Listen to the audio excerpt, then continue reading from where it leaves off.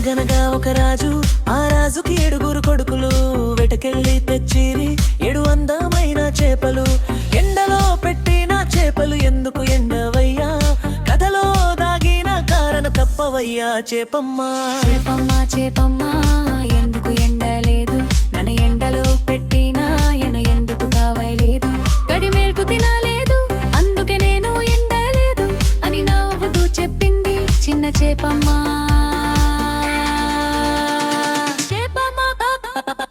ఎండిమెట్టు దగ్గరకు వెళ్ళి గడ్డి మేటు యావు నన్ను తినలేదు అందుకే నేను ఎండలేదు అని గడ్డి మేటు చెప్పింది. మెల్లగా నవ్వింది. ఆవు దగ్గరకు వెళ్ళి ఆవమ్మ గడ్డి ఎందుకు తినలేదు? నా పాలు తీయలేదు అందుకే గడ్డి తినలేదు అంది ఆవు ముద్దుబా.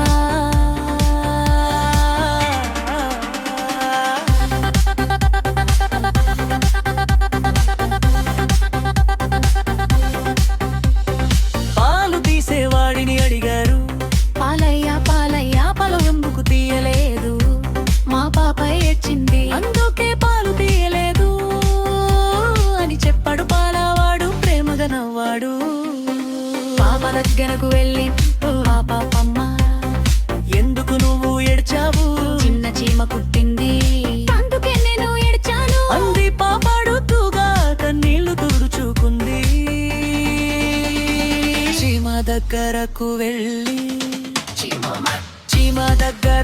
వెళ్ళి చీమమ్మ పాపను ఎందుకు కుట్టావు? నా బంగారు పుట్టాలో పేలు పేలు కదుక్కోవదరేని కుట్టాను.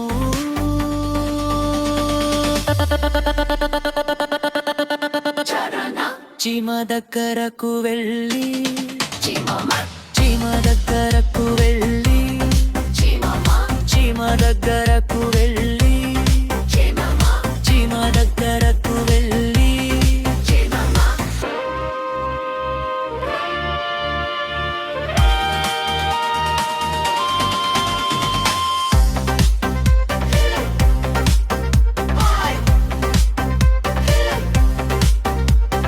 చేప ఎండకపోవడానికి కారణం ఇదేనయ్యా.